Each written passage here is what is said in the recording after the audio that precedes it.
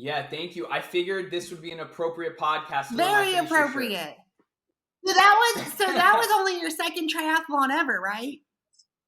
Second ever. I did Haines City in April, and then full Ironman in Tulsa. Well, congrats. So hold on real quick, because we can talk about it. Is this started? Is this live? Well, it's recorded, but I'm going to edit it. Oh, okay. Cool. Well, so what did you think of it? Very hard, right? Honestly, it was one of the best experiences of my life. I had a lot of anticipation. I was super eager and anxious to do triathlon, and it was everything I expected and more. Did you like it more than the half distance? Yeah. Okay. Yes. I did like it more. Do you like the fulls? Yeah, so I've only done 2 fulls, and both of my fulls I loved. I've done almost too many halves to count. I like the fulls better. Something about it is just the finish line feels better. The full distance is my thing. I love it, and I've only done 2. So now, did you expect to qualify for Kona? If I knew I had the day I'm capable of, the day I'm fit enough to do, and minus if I didn't get a flat, if nutrition was off, but if I had the day I'm capable of, I 100% expect it to qualify for Kona. Yeah. So what was your time that you expected to finish at? Sub 9:30 would have been what I think I could have done on that course, but which I did a 9:25, but I was really hoping to go sub 9. So in Kona, possibly I could do that. But 9:25, I'm very happy with that, because the first one was a 10:03. So I did 40 minutes off my first one. Super inspirational. You are a beast. Thank you. No, you really are a beast. I actually wanted to know, so how did you get involved with Philip? How'd you find that? Great question. So I'm a certified life coach, and I was working with one of my clients. He wanted to run an 8-minute mile, right? And I'm like, dude, you can run an 8-minute mile right now. That's easy. Pretend it's for $1 million. He ties his shoes. We ended up running a mile together. He ran like an 8:02, but I ended up running a 5:55. Wow. And I'm like, hey, and I haven't ran a while. I'm like, hey, that was pretty fun. Let me sign up for a race. Didn't even really know what Ironman was. And this was like August of 2020. So like mid-COVID, the gyms were closed. I live in Florida, so things were open and stuff, but the gym wasn't open at the time, and I was doing a lot of running, and I was never an endurance athlete, but I was like, let me run a race. And I saw Ironman, and it looked pretty intense. Yeah. And I'm an all-in type person. I'm like, let's just go big. Let's do the biggest, most challenging race I can do. Signed up for Ironman. Then I went right to Instagram, and I typed in Ironman coach. Right? Like, these are hashtags that you use and other people use, right? Like, they work. I typed in hashtag Ironman coach, and Philip was the first person I saw. So I sent him a DM. I said, hey, just signed up for an Ironman. Just wanted to hire a coach. You look like someone I would, vibe with. We jumped on the phone. He had a lot to say, and we ended up working together. So, just kind of the stars aligned. That is such a small world, because I had no idea. I work for Manaus, sort of. I coach with Manaus. Yeah, I coach for them. I work with him. And it was small. He shouted us out, and I was like, hold up. And I saw you, and I'm a huge fan of Big Brother. I watched Big Brother since before it. I'm sure you didn't. I don't know if you wanted to talk about that subject. I applied to be on it just once, and I didn't get called back. But anyways, I was like, what? Now you do triathlon? Because I watched your season. I watched all of it. Anyways. So, yeah, small world. Really small world. So fun. Small world. So you've been watching Big Brother for a while? Yeah, I love that show. Well, so, yeah, I actually haven't watched it recently. I pretty much stopped. I have not watched it recently, but I've applied to be on it. I've applied to be on Survivor once. Actually, just once. Big Brother once and Survivor once. And I was like, wow, that's crazy. So you're into triathlon now. And are you still working with Philip? Yeah. I mean, so right now I am taking the next month off. I'm still going to, try to keep my base up, swim a couple days a week, run and bike. But let me tell you something, Noel. I'm hurting. I'm still hurting. It took a lot out of you? It took everything out of me. I mean, like Philip told you, I crashed on my bike a week before race Yeah, day. so So I fractured my right wrist. I have a doctor's appointment on Monday to get a cast on it. Still in a lot of pain here. I'm in a lot of pain in my groin on my left side and my hip flexor on my right side. My lower back hurts. I have scraped. Like, I'm just beat up everywhere, right? So I told Philip, I'm going to take a break for a month or two. My next Ironman is Cozumel in November. Oh, you're doing the full one. Another full this year. Yeah, I want to qualify for Kona through the Legacy program. So I got to do 12 Ironmans But in the next 5 what if you years. actually got it because of speed? Like, you got it because you won.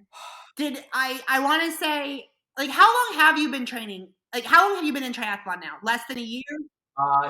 I've been in triathlon. I've been training for about 8 months. Okay. Well, okay. So you definitely probably would go. Well, I want to say you would go, but you were an athlete beforehand, right? You're built. Yeah. Okay. Yeah. Because I think I just looking at you, I feel like there's definitely that you can definitely do it from racing, actually. But I guess if you're gonna knock them all out and I guess I mean I was just trying to see which one would be faster, but if you're gonna knock them all out, like you're doing 2-3 a year, or I guess I feel like qualifying for Kona and running a sub 10-hour Ironman, you really got to take it seriously. I mean, just finishing the race in the first place at 16 hours and 18 minutes, I had to take it extremely seriously. I can't even imagine how much more time and how much more energy I would have to put into Ironman to run a sub 10. And I don't think I have the time. I don't think I have the dedication. I am a very dedicated person, but I have a lot of other goals. And, if I really want to go sub 10 and qualify for Kona, I feel like it would require a lot more intentionality. And I know, and I want this to be a good segue into hearing more about your story because, I know you are super dialed in when it comes to triathlon. You put so much time, energy, blood, sweat, tears, sweat equity into everything you do. And it showed, and you had incredible results 2 weeks ago in Tulsa. And I know that you were covered by a lot of media outlets and the news on your story. So I want to hear more about your story, learn more about you and how you went from where you were to where you are now. Yeah, so I've been in triathlon for like 6 years. For 6 years now. And I grew up here in Tulsa, Oklahoma. Hey guys, I can hear you. Can you guys go outside or something? Okay, okay. Sorry about that. Okay, so back to where I was. I grew up in Tulsa, Oklahoma, and I went through my entire high school experience. I was got really deep into drugs. I was a drug addict for the better part of 8 years, and towards the end of high school and going into college, I actually ended up having to go to rehab in Florida, and I spent a year in Florida in a recovery program, then a halfway house, and I tried to do the whole thing. It didn't work. Came back to Tulsa worse than before I left. I was at a $500 a day heroin habit, and I got really, really bad until I pretty much had no options. I was going to be homeless. It got to where I was the one who I wanted to get clean because I just couldn't do this anymore. It had been 8 years of this. 8 years of this. I put my family through hell. I was out of money, out of resources, out of options. And so I finally went to detox for again, but this is for the last time. I went to detox. And so, so that was like my entire history. I never grew up doing sports. I did 1 year of swimming in 8th grade. And so then, okay, so then I'm sober. I'm finally sober. I have nothing going for me though. I had no aspirations. I was just depressed. I had nothing. I was like, I'm back to square one. I don't have a college degree. I'm at my parents' house. I'm just like, now what? I'm sober though. But And so one of the things in recovery is what happens is to you is, or a lot of people, is you gain weight, because I was just basically replacing drugs with food. I just ate a lot. I got pretty big for me. For me, I got big. I was up to 200 pounds, which is not, or 198 pounds. And so what happened was I hated the way I looked though. So this was like 4 months of getting pretty big, and I hated how I looked. I hated going outside. I just did not, I know that's I know that's like, and so one day I decided, like, my parents were athletes. Like, we're kind of I didn't grow up, like, my parents were athletes. I knew, like, I just hate the way I looked. So what happened was, the block right out here, I decided to just go running around the block one day, and I could barely make it the block, but I loved it. Like, I loved it. I barely made it, but I made it, and I just loved it. It was really painful. And I went from, like, that day, I went from nothing to running 60, 70 mile weeks off of no base. And then my dad, who had been dabbling in triathlon, he was an ultra runner. My mom was a triathlete, suggested, instead of just running 60, 70 mile weeks, because he was afraid that I would get injured from basically running on no base. I mean, that's a lot. That's really high mileage for running from nothing. And I was always like, my shin splints hurt. I lost 58 pounds in 4 months, and which is a lot. It's like really fast. I was getting anemic because I was actually underweight. And then he suggested go to the lab, go to the sports physiologist lab, because he worked at a clinic, and get an actual test, get like a max VO2 test, a lactate threshold test. And I did it, and with no training, I scored really high on this test, like really high. Then triathlon got brought up, and he suggested, like, he said, we had a bike.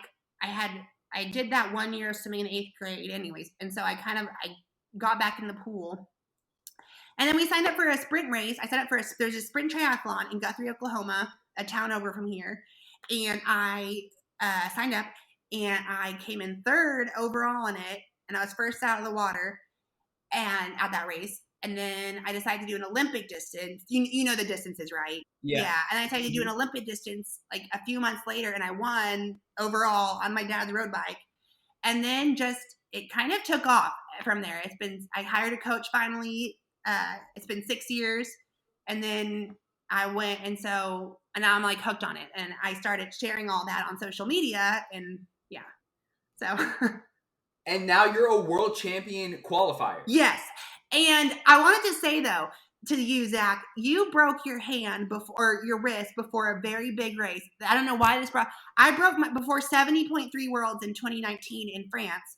I broke my hand 2 weeks before it, and my hand from a bike crash. And we still made it done. You still got it done. I was going to say, that's just, I know that's hard, and you did it. And did it hurt at all on the bike or what? You know what? It didn't hurt on the bike because I stayed in aero bars pretty much the whole time. Okay, there you go. Yeah. But I wasn't going fast. You know what? The course was tough. The water was extremely cold. It was raining. There was potholes. There was puddles on the road. We got a hard day. Yeah, it was definitely a hard day. But I think because of the puddles, I was able to really take my foot off the gas and just kind of cruise through the bike course. I mean, my bike time was 8 hours and 38 minutes. That's a long ride on the bike. But before I say that, I want to get back to your story, and I just want to say, I want to commend you, acknowledge you, tell you that I'm proud of you, because coming out of addiction is not easy for anyone. I've had my struggles as well from drug addiction, and coming out of a low like that is very tough. I did not know that about you. Yeah, it wasn't like I went to rehab or anything, but after Big Brother, coming out of the show with a ton of Instagram followers and being paid to do club appearances, it really went to my head. And I became a narcissistic, pretentious, egotistical douchebag. So it was after Big Brother. After Big Brother. I feel like it happens a lot to a lot of you guys. I just heard stories. It does. The show doesn't really prepare us for life afterwards, and it's what you make of it, because some people come out with a ton of following, like a large following, and a lot of people liking us, and then some of us come out with a lot of people hating us. And because I had a lot of people that loved me from being on the show, I thought I was famous, and I thought I was like super cool, and I thought it was better than other people because I had money coming in from just showing up to places, and I was making 5 to 10 grand just to show up at a club or show up at a meet and greet and getting paid to do Instagram promotions. And it all went to my head. And then I started spending my money going out, really like binge drinking alcohol, started doing cocaine and just like smoking a lot of weed and just not really having aspirations and not really having ambition to create a business or to get better or to work on myself. I thought I made it, right? I got money coming in. I got money in the bank. I have followers. Like, what else do I need? Let's just go out and party because now I'm famous. And I hit a very low point in my life too, where I spent all my money. I got paid 25 grand from Big Brother. I was getting paid $5,000 just to show up at clubs, and I did at least 10 to 15 of those. I was making, 4 figures to do Instagram posts, right? So, you would think I'd be able to make a lot of money or somehow leverage that to create some wealth, and lost it all. Every single penny of it. Living at my parents' house. Really? I was 25 years old at the time. And I was how long ago was Big Brother for you now? How long? Big Brother was 7 years ago. It was in 2014. Wow. Okay.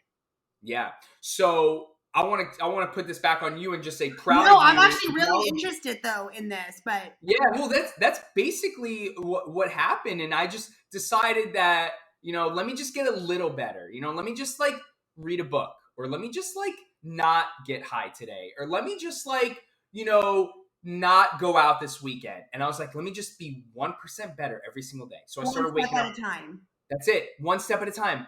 Woke up 1 minute earlier, read 1 extra page in a book, right? Did 1 extra rep every set at the gym, right? Started being 1% more conscious about what I'm putting in my body, whether it's food or drinks or whatever. And I fell in love with the process. I fell in love with the journey. I fell in love with personal growth and self-development. Like, that's my purpose. My purpose is to learn the most I can about personal growth and self-development and mastering my mind and being conscious, because we live in this world of energy, and the more good vibes we put out, like you have such good energy, such positive energy, such amazing like glow to you that inspires other people, makes other people smile, makes other people laugh, right? You're investing in yourself, and that is in turn making a positive impact on the world.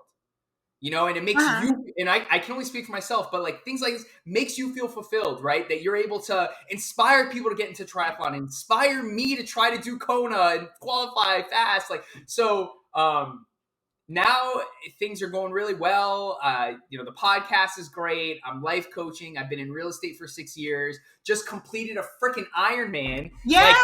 This is forever. This is forever, right? Oh. Like, I don't, I have a couple friends that have done it, but this is something to be really proud of. Yeah, it is. And you're going to do 12. And I'm going to do 12. I'm going 12 for 12. I'm going 12 for 12. But so that's why I really wanted to bring you on the podcast. And I wanted you to share your story to my listeners and my followers on YouTube, so that, people can be encouraged to sign up for a half marathon, sign up for a marathon. Sign up for a 5K. Like sign up anything, for a 5K. Yeah. Anything, right? Because it's brought so much value to your life. It's brought so much value to my life. And clearly we are so passionate about it. We just want to scream Ironman from the mountaintops, right? It's just unreal. Like the community it has, the endorphins after every day, literally every day you can, I guess, get endorphins. And you know what I mean? You can, so it's just, yeah. Are you on TikTok, Zach? Okay, so I just started a TikTok. I've been actually posting every day on TikTok for the last like couple weeks. But I know that you're, I don't think so. Let me follow you. Yeah, follow me. I think you'd be really, what's your TikTok name? It's, Zach Rance 1. I'm pretty sure. What's yours? Just no Mulkey? Oh, No, no Mulk 0. yeah. Got it. Oh wow, you're about to hit 800,000, Noel. I'm this close to 800,000. Wow. And so that's where, oh, there we go. So TikTok is actually what's helping me a lot in terms of like, so I got 28,000 people to track me at this race, and 28,000 tracked me. You know the Ironman tracker app? Yeah. Yeah, and 8,000 tracked my mom because my mom did it. And so what was interesting was all these people on TikTok, I mean, they've never even heard of an Ironman. They've never heard of triathlon. It's this whole new demographic of people that is just like, they're interested in what a honey stinger waffle is. They're interested in what salt tabs are. And so I just think, anyways, so I wanted you should be on it. You should start.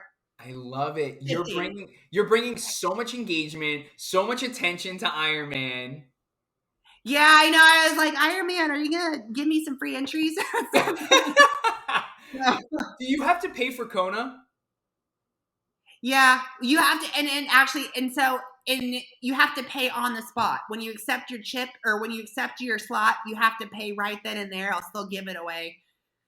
Yeah, so, and then Kona's going to be an expensive trip because I want to do it right. I want to get there at least a week before and make sure because I want to do really well at it. Like Kona is I want to do really well. My goal is top 10 overall top 10 overall age group, not just my age group, all the age groupers. Like wow, top 10 overall. Top 10. Just not including the pros, basically. You want to be in the top 10. Yes. Yeah, everyone except the pros. Yeah. All right, so let's just keep that. let me ask you a couple questions. If we're sitting here, when is Kona? October 9th. October 9th. So we're sitting here on October 11th, and we're doing the part 2 podcast, Noel's recap of Kona. And you ran the best race of your life, okay? What happened that you ran the best race of your life? That's actually a really good question. It comes down, okay, my mind was on point that day. Like my mind was there. It's hard to explain. Like you do this long and I still consider myself kind of a rookie in triathlon. I'm only done this 6 years, but like my mind was on point. It wasn't stressed. It didn't feel like my nutrition was on point. My nutrition really, really, I nailed it. I stayed tough the whole day. Is that what you mean? Like yeah. happened? Like what were the reasons why you did so well? I stayed tough the whole day. I didn't do anyone else's race. I only did my race. And I ran a strong marathon. I know that's the marathon and the Ironman, especially in Hawaii. Only 9 pros have gone sub 3-hour marathons in Hawaii. It's just a slow, long marathon. Like people, I don't know if you looked at the times for the pros here. They went like half the field went under 8, sub 8 for the full thing. So yeah. So it just, it's my mind. This sport, Zach, is your mind, the whole thing. So can you try, and I know it's so hard to verbalize your thoughts right now, but try to go deeper into your mindset. Like, why was your mind on point? Why is mindset so important in triathlon during race day? So you are just, okay, so let's do an Ironman or anything. You're by yourself that whole day in your head.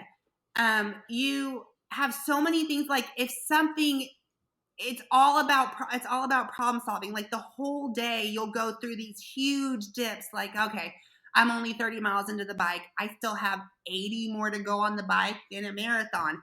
And you get so down, and the whole day is telling yourself like be positive. Like the whole day is just problem solving. It's problem solving. Then, okay, so you're in your low, it's like peaks and valleys, and you're in your low, and then you get a flat tire or something. Then you didn't,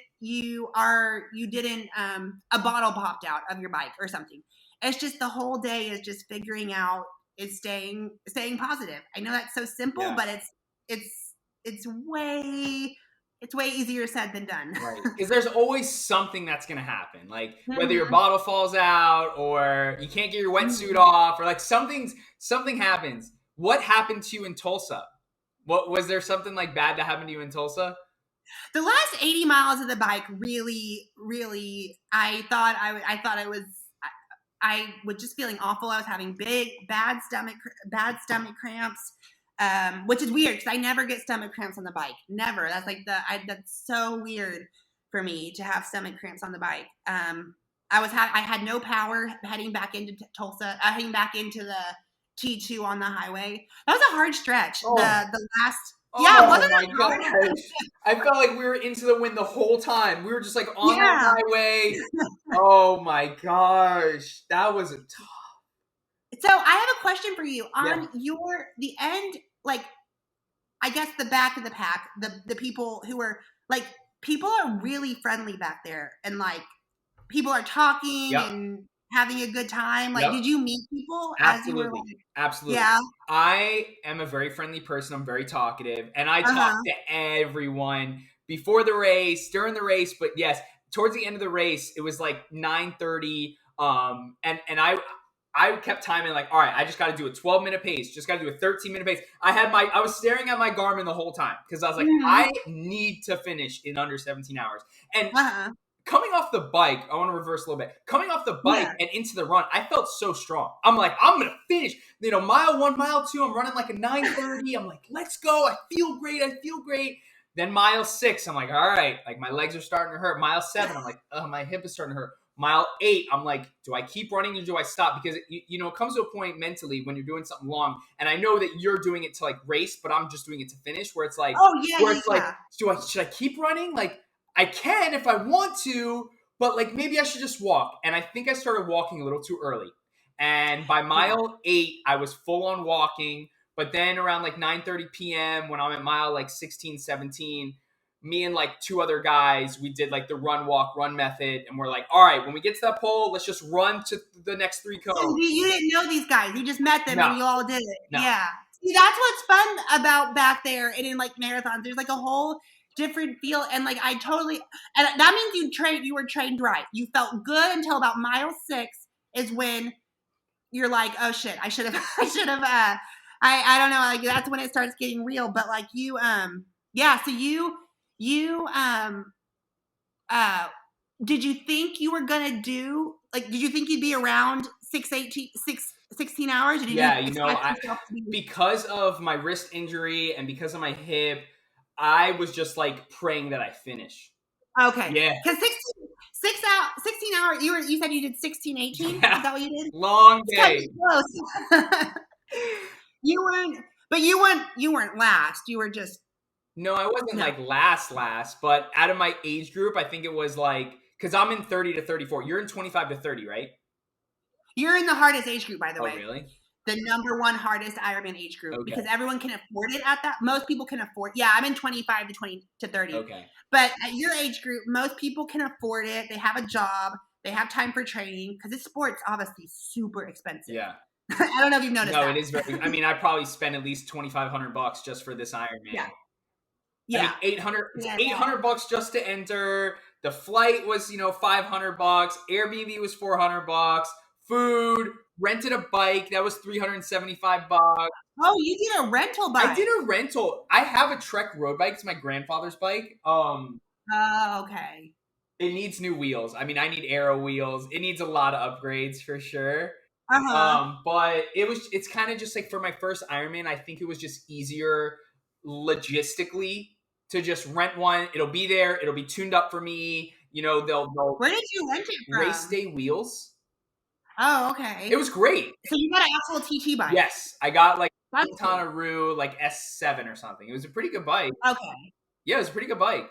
And it rode really well. And it was fast. So, back to the point, like, it is a very, very expensive sport. It is. Yeah. It's so expensive. Now, what made you pick Tulsa? It was just timing, or because Philip was going to be there? No, so Philip wasn't going to do it. He had a different race on the calendar. I started in August, like, I'm going to do an Ironman. And the first Ironman in America that wasn't, like, in the next 3 months was Tulsa. Yeah. Yeah, it was like, because August, it was like, all right, there's, Panama City in November, but that was sold out. And then I think that was my first one. Oh, really? Yeah, so I think like the first one that I could actually run in 2021 was Tulsa.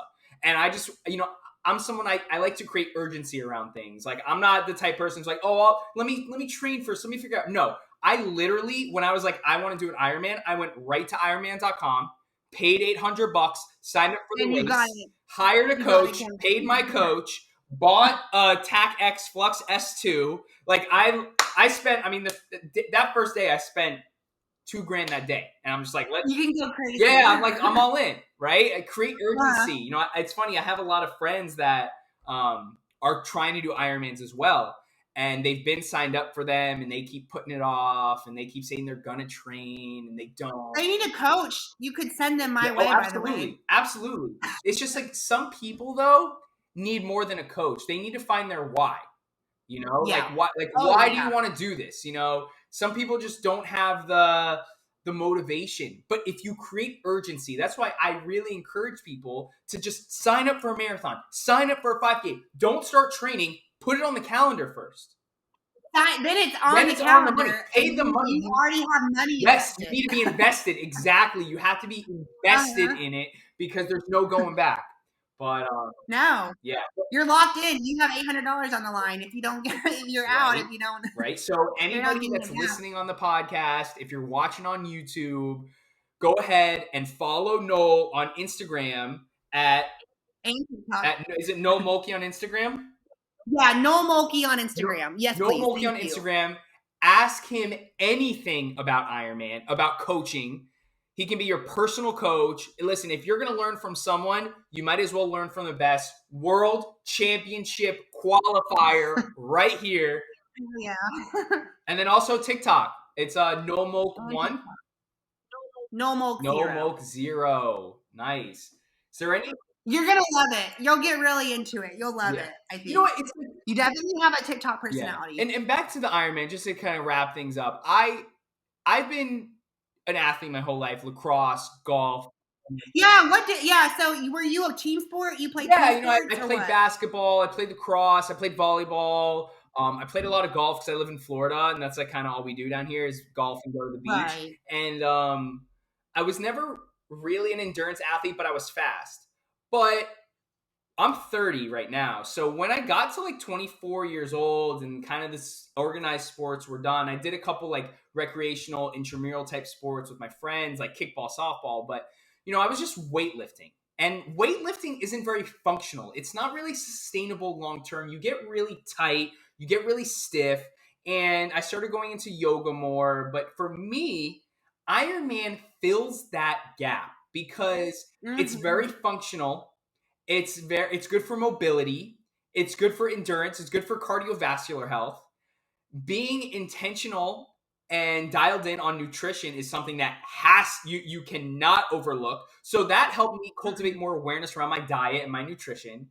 And I feel stronger. I feel like I have higher energy levels, more vitality. I sleep better. So Ironman and goals and priorities change over time. But right now, I feel like Ironman is going to be my life when it comes to my physical exercise. I'm going to swim 5 days a week. I'm going to bike 4 days a week. I'm going to run 3 days a week for the rest of my life. And twice a year, I'm going to do 140.6 miles. I'm going to get a freaking medal just like this and be able to brag on Facebook, Instagram, and TikTok. For life. You caught the bug. So you have the bug. You caught what they call it. You caught the bug. And it's just so, I mean, every day is something different. You can go run, you can go swim, you can go bike. You get to go bike in beautiful places. You can go to training camps.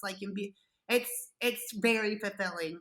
I'm glad you're on board with it because a lot of people will never find it. Like they'll never quite understand it, and you do. Are you going to do so now for the legacy program? Do you have to do all?